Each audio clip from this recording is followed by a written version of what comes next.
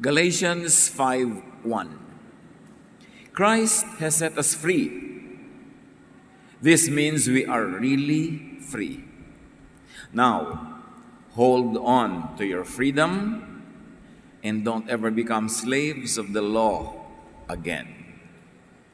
Sa Galatians 5:1, malinaw na ipinapakilala si Kristo as freedom and the law as slavery.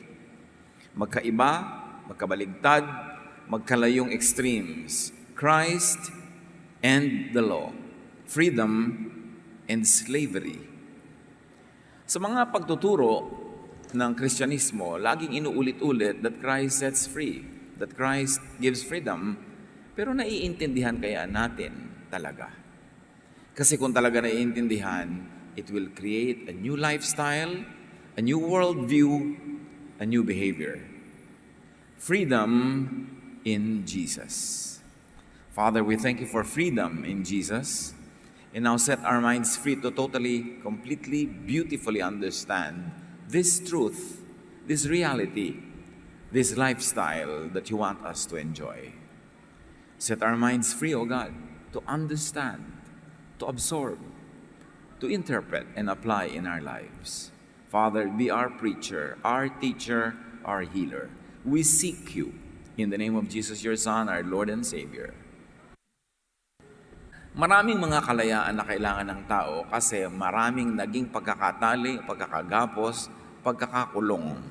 At isa sa mga hindi napapansin na kulungan, na kadena, na tali, ay relihiyon.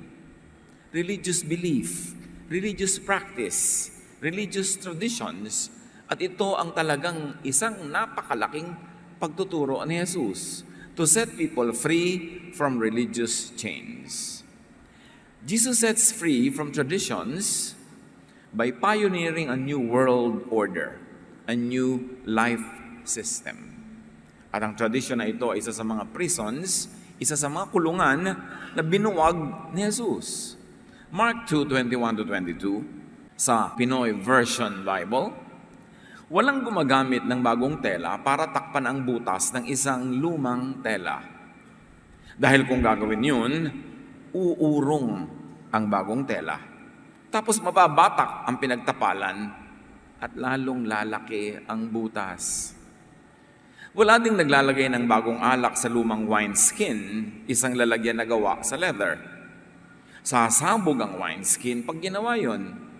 Masasayang lang ang alak at masisira pa ang wineskin. Kaya dapat sa bagong wineskin nilalagay ang bagong alak. At ang alak ay madalas na ihalin tulad sa New Testament sa work of the Holy Spirit. Nakakapagpabago ng isip, nakakapagpalaya sa mga inhibitions, nakakapagpasigla, nakakapagbigay buhay. At sinabi na itong bagong katuruan ni Jesus ay parang bagong alak. Hindi pwedeng ilagay sa lumang sisidlan, sa lumang utak, sa lumang tradisyon, sa lumang paparaan. Sasabog ang paglalagyan at matatapon yung inilagay. Kaya sabi ni Jesus sa Mark 2:21-22, ang bagong wineskin, doon inilalagay ang bagong alak. Nang tinutukoy niya ang kanyang bagong katuruan. Ang katuroang nagpapalaya, ang katuroang nagbibigay ng kapahingahan, kapayapaan, hindi pwedeng magkasya sa lumang utak. Hindi pwedeng ilagay sa lumang tradisyon. Hindi pwedeng itagpi-tagpi lang, ikabit-kabit sa mga dati ng mga alam at paniniwala. Kailangan baguhin ang lahat. Baguhin ang bahay bago ilagay yung bagong muebles. Baguhin ang utak bago pa man lamang tangkain na lagyan ng bagong katuroan ni Jesus. Hindi pwedeng pinaghalo-halo lang, pinagsama-sama. Dating kaugalian, dating katuroan, dinagdagan ng konting patak-patak, wisik-wisik na Jesus. Tapos Kristyanismo na. Kailangan ng totally new superstructure, new framework, a new cornerstone, a new foundation, a new wineskin, a new mind, a new heart. Kaya born again. Hindi na born again ang tao sa simpleng-simpleng ipikit mo ang iyong mata, tanggapin mo si Jesus, itaas mo ang iyong kamay, sabi mo, Jesus, sinatanggap kita, born again na ako. Pwedeng maging daan yun para ma-born again. Pero hindi yun ang buong born again experience. Habang hindi nababago ang iyong utak, hindi ka pa born again. Yung pagtanggap kay Jesus, yung formal pagtanggap, tinatanggap mo according to formula, pwedeng maging susi, pinto, simula ng proseso ng pagiging born again. Pero hindi yung pagkatanggap, pagdilat, sister, born again ka na, congratulations, you have a new life. Na-oversimplify, at pag na-oversimplify yun, hindi ka tuloy pupunta sa grade 2, grade 3, grade 4, kasi akala mo yung grade 1 mo, yun na ang lahat-lahat sa buhay. Simula, pagpasok, pero hindi yun ang lahat-lahat. Isang patuloy na pagbabago ng isip. Isip tungkol saan? Isip tungkol sa Diyos. Isip tungkol kay Jesus. Isip tungkol sa kasalanan, sa kapatawaran ng kasalanan. Babaguhin ang lahat ng yun. Hindi itatapal-tapal mo lamang si Jesus. Hindi pwede siyang pantapal-tapal. A new wineskin for a new wine. Isang pinakamalaking sagabal sa paglagong espiritual, yung sentimental attachment to old religious beliefs, to old traditions. Nagiging motif at dekorasyon lang si Jesus, hindi tuloy nagbibigay ng tunay na pagbabago sa loob ng isip at puso. Kaya ang tagal-tagal ng Kristiyano, lagi pang takot, lagi pang guilty. Ang tagal-tagal ng Kristiyano, mapang-usig pa, malupit pa sa kapwa. Walang nangyari. Dinagdagan lang ng konting dekorasyon ni Jesus. So Jesus did not pour new wine into an old wineskin. He gave a new wine to be contained in a new wineskin. The new wineskin is the new heart. And the heart is symbol of the mind. A new way of thinking. Yung born-again experience means new life, but it also means new lifestyle of freedom, not of imprisonment. Yung iba kasi, nung na-born again, lalo lang nakulong, lalo lang natali, kasi dumami lalo ang do's and don'ts. Dumami lalo ang batas, dumami ang hindi pwedeng gawin. Dumami ang guilt, kasi dumami ang transgression of the new set of laws. So, bago, new lifestyle, not just new chains, not a new set of rules, and not a new set of guilt, which is usually what happens when people become born again, when they attend born-again churches, when they do Bible studies, dumami lang ang kanilang concept of sin and guilt. Jesus gave a new law to be observed in a new born-again life and lifestyle, and this is the new law of love. Again, overtaught na nga yung love na yan eh. Nilalait-lait na ng iba. Akala nila pag love, hippie ka. Yung mga make love, not worry, mga ganong klaseng love. Yung mga love na may umuusok-usok, may mga kristal-kristal. Yung akala nila, ganon yung concept of love ni Jesus.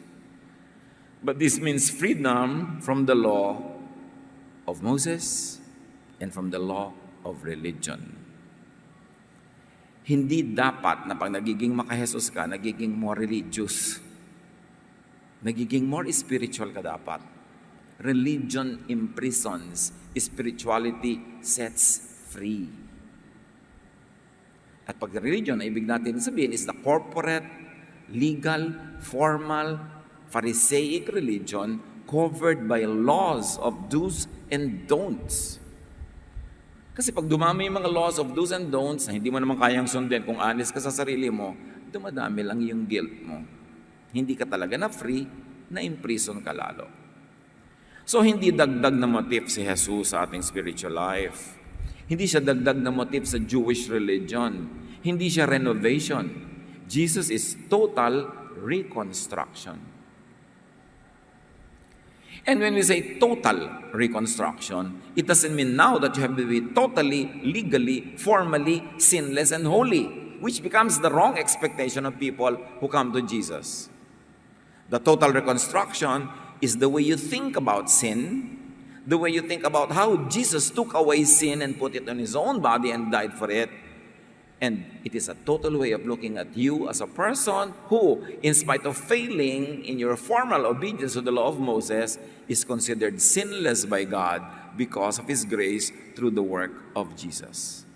And if sinless, therefore you stop always feeling guilty. And you stop always condemning others to make them feel guilty, because we are covered by a new law, the law of the forgiveness of God, not the law of the punishment of God as taught by the Jewish religion. The law of forgiveness through the love of Jesus, not the law of condemnation through the formality and strictness of the Pharisees. And yet marami mga Christian, litong-lito pinaghahalo ang Pharisees at si Jesus, pinaghahalo ang law at ang love, pinaghahalo si Moses at ang ginawa ni Jesus. Kaya ang magiging resulta, lito. May mga moment na mabait, may mga moment na stricto sa iba, may moment na malupit, mayroong moment na mapagpatawad. Parang pinaghalo-halong nakakalitong bagay. Kaya ang sinasabi, be changed by the renewing of your mind. And a one-half Christian is a one-whole nonsense. Hindi pwedeng half Jesus, half Moses. Half love, half law. Half Pharisee, half grace. Walang ganun. Dapat buo. Sinasabi sa Bible, don't think that any double-minded person will get anything from the Lord. Dapat buo. Naniniwala ka kay Jesus, buuin mo. Huwag mong paghalu-haluin yan. Kasi magulo. Jesus sets free from religiosity invented by priests and Pharisees. Sa tinatawag nating Old Testament, sa Jewish scriptures, ang daming inimbento dyan ng mga pare na katuruan at palibhasa ang mga tao mangmang, ang mga tao hindi nagbabasa, hindi nagsusulat, yung mga priest lang, yung mga tao na sanay nila na ilagay sa isang sulok at yung mga priest lang ang kinakausap ng Diyos, sabi nila. So ang dami nilang inimbentong katuruan na sinasabi nila, turo ng Diyos. Mga turo na nagpapahirap, nagpapagulo, mga turong binuwag, binasag ni Jesus. Ang dami nilang mga turo na ang goal lang naman nila, ihiwalay yung mga Hudyo sa ibang bansa, sa ibang nation, sa ibang culture, para mapanatili nila ang paniniwala nila sa sarili nila na sila lang ang pinili ng Diyos, sila lang ang mahal ng Diyos, sila lang ang pinagpapala ng Diyos, samantalang kinrate ng Diyos ang lahat ng tao. Kaya ibinalik ni Jesus sa dati. Dati yung mga Hudyo, sila lang. Ano sabi ni Jesus? And you will be my witnesses in Jerusalem. O sige pang Hudyo. In Judea, sige pang Hudyo pa rin. Pero in Samaria, hindi na pure Hudyo yan. And to the ends of the earth. Dati kasi, mahal ng Diyos lahat ng tao. At yun ang totoo, hindi yun na bago. Pero binago ng mga Jewish priests and religion niya ang pananaw na sila na lang bigla ang naging mahal ng Diyos. So Genesis, nilikha ang lahat ng tao, tapos all of a sudden, sa ibang mga books, nag-focus na lang sa kanila ang camera at wala nang ibang tao sa mundo, sila na lang. At ngayon, sinisikap nilang pausuin uli yun, at ang lahat ng ibang tao around the world to make them second-class believers. Kailangan umatouch ka, sumunod-sunod, bumuntot-buntot sa mga Hudyo na naman, ibinabalik nila yung sistemang giniba na nga ni Jesus. Sabi ni Jesus, alam niyo ba, akala niyo, sobra kayong paborito ng Diyos. Noong may mga taggutom, ang pinakain ng Diyos, isang byuda na hindi Hudyo, hindi Israelite. Tagalabas. Ang daming mga may ketong sa Israel, ang pinagaling niya si Naaman, tagalabas. Nagalit sa kanya yung mga tao kasi ginigiba niya yung mito, yung alamat nila na sila lang ang mahal ng Diyos. Ang dami nilang mga katuruan na imbento. Kaya sabi sa New Pinoy Version, Matthew 7:6-8, sabi ni Jesus sa kanila, sumagot si Jesus, mga plastic, ibig sabihin niya mga hypocrites. Tama nga si Prophet Isaiah nang isulat niya ito. Sinabi ng Diyos, sinasabi ng mga tao na ginagalang nila ako, pero malayo naman ang puso nila sa akin. Walang kwenta ang pagsamba nila sa akin kasi tinuturo nilang galing sa Diyos yung mga utos na gawa-gawa lang nila. Sinusuway ninyo ang mga utos ng Diyos, pero sinusunod nyo ang mga tradisyon na gawa ng tao. Si Jesus mismo may sabi, mga mapagkunwari kayo, mga plastic kayo. Tamang-tama si Isaiah sasabi tungkol sa inyo eh. Kunwari, palasimba kayo, palasamba. Pero hindi. Ang mga doktrina nyo, invento. Hindi galing sa Diyos. Niloloko nyo ang mga tao na galing sa Diyos. So, ang mga itinuturo ng mga priest, laging ang ending, control of the people. To teach them and scare them about God and God's punishment para makontrol nila yung mga tao na para mga puppet. Para dumali ang kanilang pangunguna at pangingibabaw sa mga tao. Ginamit nila ng ginamit ang Diyos. Gumawa sila ng mga maling imahen ng Diyos. Diyos na magagalitin, Diyos na laging parusa, para ang mga tao madali nilang kontrolin. Awang-awa ang Diyos sa mga tao, kaya ipinadala si Jesus para ituwid ang mga liko, liwanagan ang madilim, itama ang mali, palayain ang mga bihag ng relihiyon. Jesus sets free from oppressive interpretation and application of Scripture. Yung pagkabinasa mo, sumikip ang mundo mo, pag sinunod mo, nasakal ka, humirap ang buhay mo, heavy loads imposed by the religious tradition. Matthew 11:28-30, sa awa ni Jesus sa mga tao, sabi niya, lumapit kayo sa akin, kayong lahat na napapagod at may mabigat na pasanin. At ang tinutukoy niya dito, religious load, mga pabigat ng templo sa kanila. At bibigyan ko kayo ng pahinga. Pasanin ninyo ang aking pamatok at matuto kayo sa akin dahil ako ay maamo at may mababang loob. Makakakita kayo ng kapahingahan sa akin. Dahil madaling dalhin ang pamatok ko at magaan ang pasaning ibibigay ko sa inyo. Sa awa ng Diyos sa mga tao, pinadala si Jesus para ang mga tao ituruan ng kapahingahan mula sa heavy loads that their religion imposes on them. At sabi ni Jesus, sa akin kayo sumunod, huwag sa kanila. Papagurin lang nila kayo. Ang ibibigay ko sa inyong mga pasanin ay magaan, hindi mabigat. Gusto ng Ama sa langit na palayain kayo. Ang mga relihiyon sa Israel lumikha ng imahe ng Ama na mabagsik, magagalitin, mapagparusa, at itinuwid ni Jesus yun. That's why Jesus is the image of the invisible God.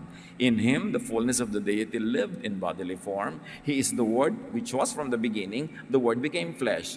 And in Him, the fullness of God's kindness and goodness is revealed to people. Ibig sabihin, mali ang representation, in fact, misrepresentation, ang ginagawa ng mga relihiyon bago dumating si Jesus. Kasi kung tama na sila, ba't ipapadala pa si Jesus? Duplication. Sayang lang ang pagod. Ipinadala kasi may mali. And Jesusness is light and easy. That's why we reintroduce the word Jesusness, because sometimes Christianity, covered by so many traditions of the last 2,000 years, has also and again had become heavy, difficult, limiting, choking. That's why you have to go back to the basics of Christianity, which is really Jesus. Kasi kasama si Jesus, nadagdagan na naman yan ng 2,000 years sa katuroan ng iba-ibang sekta, iba-ibang relihiyon, humirap na naman yung way. That's why we have to go back to the basic of Jesusness. Pagbabago, pagpapagaan, hindi pagpapabigat sa buhay ng mga mananampalataya. Halimbawa, Jesus redefined uncleanness and cleanness. Kasi lahat na lang ng gagawin mo, unclean. Hindi lagi kang guilty. Jesus redefined sin and non-sin. So yan, dami namang sins. Linawin natin yung iba na invento lang yan ng mga priest kaya sin. Matthew 15:10-11, tungkol sa mga pagkain na ang daming bawal kainin, sabi ni Jesus, pakinggan niyo at unawain ang aking sasabihin. Ang lumalabas sa bibig ng tao, meaning mga salita. Hindi ang pumapasok, meaning kahit anong pagkain, ang siyang nagpaparami sa kanya sa paningin ng Diyos. Hindi kayo dudumi sa paningin ng Diyos kung kakain kayo ng dinugan, kung kakain kayo ng balut, kung kakain kayo ng alamang, ng crab, ng hito. Although pwedeng clinically dumumi kayo kung unhygienic yun o talagang may mga chemical elements sila na not good for the body, but you don't become dirty spiritually speaking. Invento lang yun ng mga priest. Bakit inimbento ng mga priest yung mga tungkol sa mga dietary laws nila? Para huwag makipagsalo-salo, makipagkainan, makipagparty ang mga Israelita sa ibang lahi.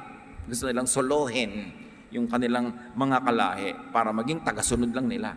Hiniwalay nila. Because when you cannot eat with people, when you do not eat their food, when they cannot eat your food, you never fellowship.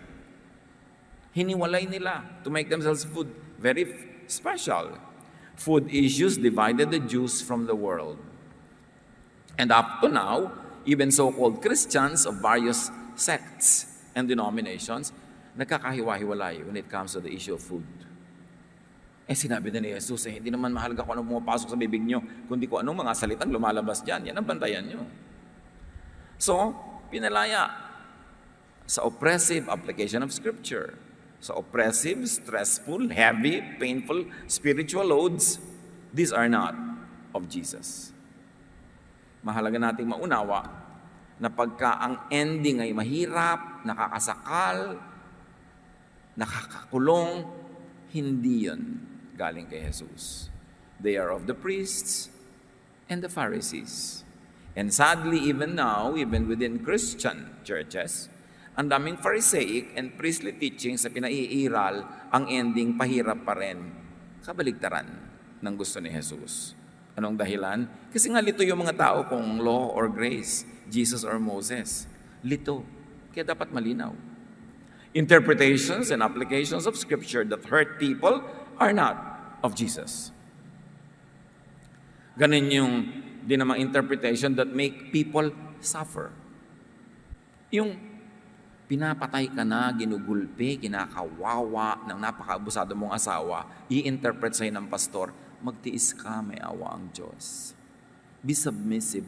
Pastor, pinapatay na po ako. Be submissive. Yung ganun mga reading and interpretation, ang ending nagsuffer ka, it cannot be from Jesus.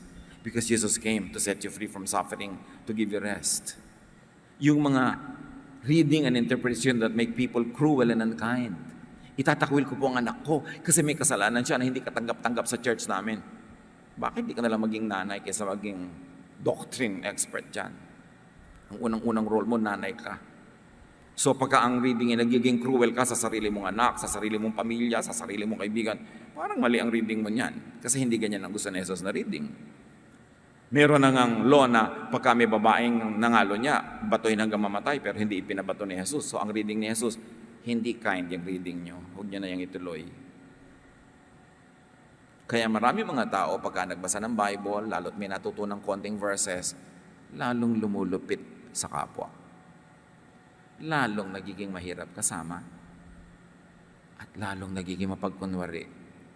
Kasi lahat ng hindi niya masunod, kunwari nasusunod niya para maganda yung itsura niya sa harap ng publiko. Yan ang galit si Jesus. Sabi niya, mga plastic, mga hipokrito kayo. Pati nyo na lang aminin ng totoo. Wala naman talagang pwedeng pumasa. Kaya pinapasa na kayo ng Diyos lahat, pasangawa. Para hindi na kayo magpanggap dyan. At huwag nyo nang pahirapan ang sarili nyo at inyong kapwa. So Jesus sets free from harsh religious impositions. Yung mga interpretation na, ito po yung anak ko nag-aagaw buhay, nasa ER, pero yung nasa bulsa ko po, pang tight ko eh. Siyempre, interpretation na marami, i-tight mo yan. Ano? Hindi ba pwede ipaggamot ko muna yung anak ko? Heaven can wait for your tithe.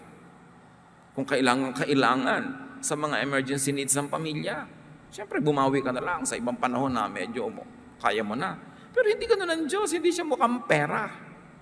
Ang simbahan mukhang pera, madami. Kaya maraming misinterpretation na ginagawa. Sinabi na rin niya ng mga Pharisees noon, na tinuligsa ni Jesus. Sabi ng mga Pharisees, alam nyo, kung i-offer nyo sa templo ang inyong pera, kahit hindi nyo nasustentuhan ng mga magulang nyo. Sabi ni Jesus, mga mukha kayong pera. Tradisyon nyo yan. Pero ang itinuturo ng Diyos, mahalin nyo yung mga magulang, suportahan nyo sila. Hindi ba pwedeng sabayin na gawin nyo ang duty nyo sa temple at saka sa magulang kung meron kayong correct management? Pero huwag nyong tatanggalin yung para sa magulang nyo, para sa pamilya nyo, para lang ibigay nyo na ibigay lahat sa simbahan. Siyempre, binubulag kayo ng simbahan, malaki ang ganda yung pala mo sa Diyos. Sa kabilang buhay, marami kang kayamanan, kaya dito mo dalhin lahat. Siyempre, dapat natin tulungan ng temple, dapat natin tulungan ng church, may mga bayarin. Pero hindi to the point na inaagawan mo na yung mga mahal mo sa buhay, nagiging maramot ka na sa kanila, tapos huhut-hutan ka ng relihiyon. Dapat alam natin kung nasaan yung mga hangganan ng ganong mga religious requirements. Ang dami ko natatanggap sa Facebook na tanong ganon, yung guilty sila kasi pang-enroll ng anak ngayon eh. Alam nyo ba na ang offering ng church natin tuwing enrollment, ang babang. Halatang-halata tuwing enrollment. O siya, bumabawi naman yung mga tao sa ibang araw eh. Pero hindi mo kailangan pagiltihin kasi may pangangailangan. Ganon si Jesus. Pero dapat alam mo yung duty mo kasi magigiba naman, guguho yung church nyo kung hindi nyo susuportahan. Di ba? Pero hindi malupit ang Diyos. Maunawain siya. Yun ang mukha ng Diyos na ipinapakita ni Jesus. Tungkol na lang sa Sabbath, Mark 2:27-28. Sinabi rin ni Jesus, itinakda ang araw ng pamamahinga para sa tao. Hindi nilikha ang tao para sa araw ng pamamahinga. Ang anak ng tao ay Panginoon maging ng araw ng pamamahinga. Kasi alam ang turo ng mga priests at mga Pharisees doon, pag Sabbath day, kahit anong mangyari, huwag kang gagalaw. Huwag kang kikilos. Kaya kayo binigyan ng Sabbath para nyo enjoyin. Ngayon, para kung ma-enjoy nyo yan, gusto nyo mag-mountain climbing, hindi mag-mountain climbing kayo, yun ang purpose yan. Hindi yung literal, legal na wala kang gagawin to the point na oppress ka na. And one more thing, dahil idinikta ng mga pare ang sobrang Sabat, walang lalabas ng bahay, walang maglalakad ng malayo. Again, like the food and dietary laws, the law of the Sabbath separated the Jews from other nations and other peoples. Dahil sa Babylon, where so many nations were kept together in that great metropolitan place, ang weekend nila yung Sabbath. So ang mga iba-ibang nation, nakikipagkapit-bahay, nakikipag-party, nakikisalamuha sa iba-iba, pero yung mga Israelites, sinolo ng mga priest sila. Sabat ngayon, walang lalabas ng bahay, walang kakain, walang maghahanda. So, nahiwalay na naman sila. Lalong umigting ang paniniwala nila na sila lang ang anak ng Diyos. Kaya to the point na Sabat, nagugutom ka, hindi ka nagluto kahapon, wala kang pagkain ngayon, di magdusa ka. Kaya sinabi ni Jesus, no. Alleviation of hunger comes before the laws established by religion. Yung kanyang mga alagad na Sabat ay namitas ng mga trigo para nguyain at kainin. Nagalit yung mga religious leaders. Sabi niya, gutom alasal kay bukas pa. Yan, natatandaan niyo si David? Pinasok niya ang consecrated place. Gutom siya at ang kanyang mga tauhan. Kinain nila yung consecrated bread na para lang sa mga priest. O hindi naman nagalit ang Diyos Yung mga priest nagalit. O yung mga ibang priest later on ay magagalit. Yung mga ganyan mga katuruan na i-offer mo lang sa Diyos ay perfect animals. Alam niyo ba kung sino kumakain ng mga offering?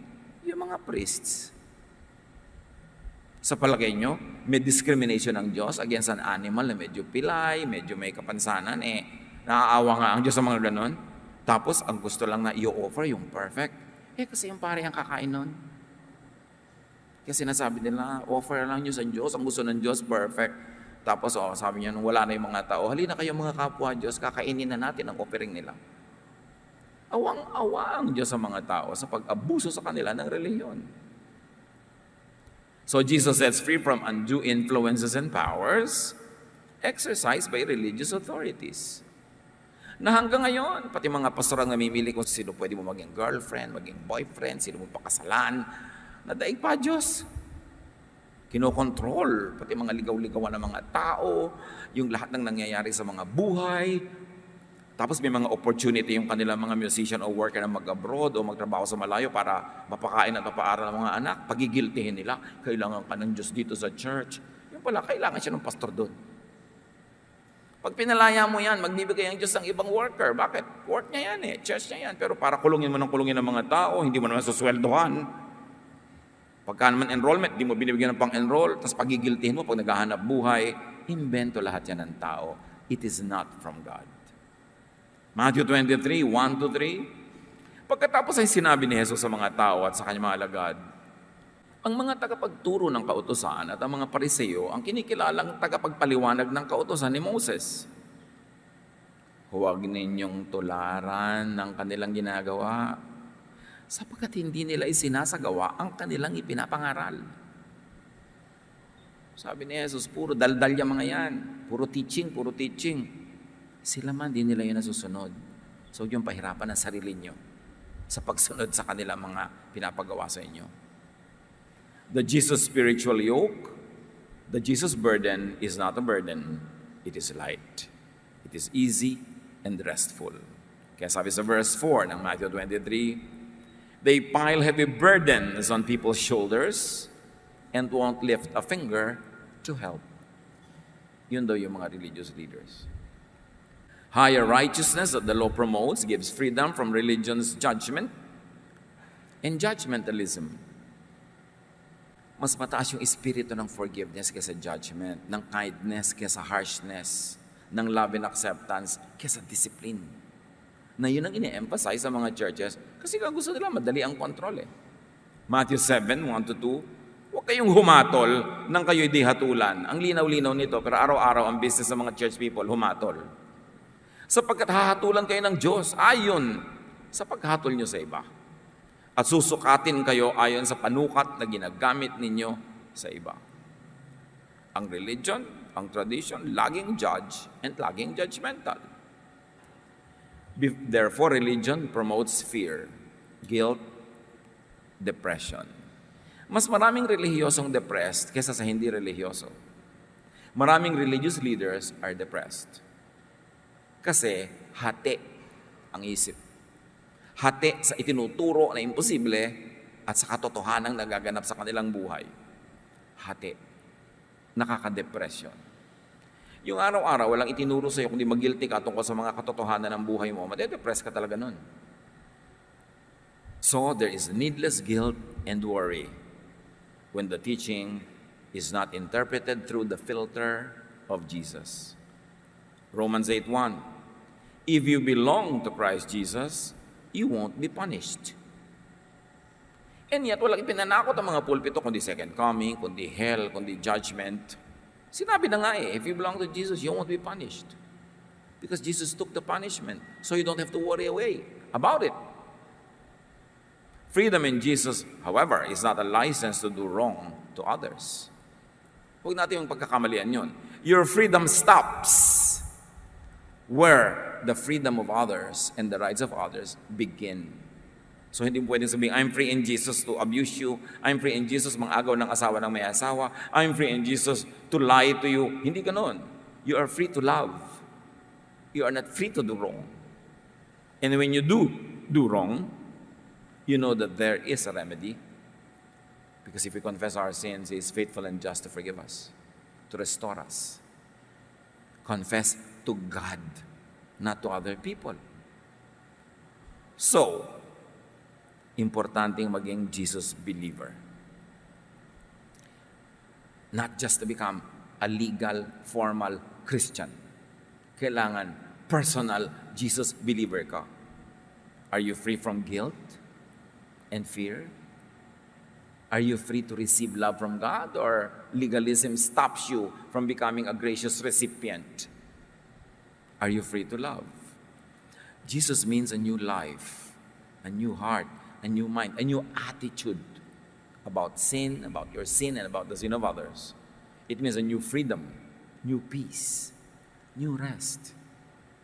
That God knows you, and through Jesus, God loves you, accepts you, and continues to make you better. But there is no requirement to be a God's child except to believe in Jesus and give to Jesus all our worries, our imperfections, our cares. Ang Jesusness nagpapalaya at mapagpalaya rin sa kapwa mananampalataya. Hindi yung ang dami-dami mong requirement, binabantayan mo, pinupulis mo ang iyong kapwa. Ang result nun, hindi peace, trouble. How much of Jesusness is already at work in our lives? How much do we appreciate the love of God through Jesus? Father, teach us.